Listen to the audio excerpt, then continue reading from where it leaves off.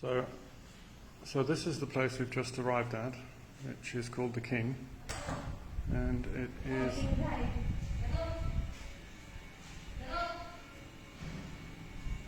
quite a beautiful, spectacular view from here. One cannot deny they have an ideal situation here. And somewhere down there, hidden amongst all the growth, overgrowth there, palm trees, is actually we believe a secret little beach somewhere. Not sure exactly where.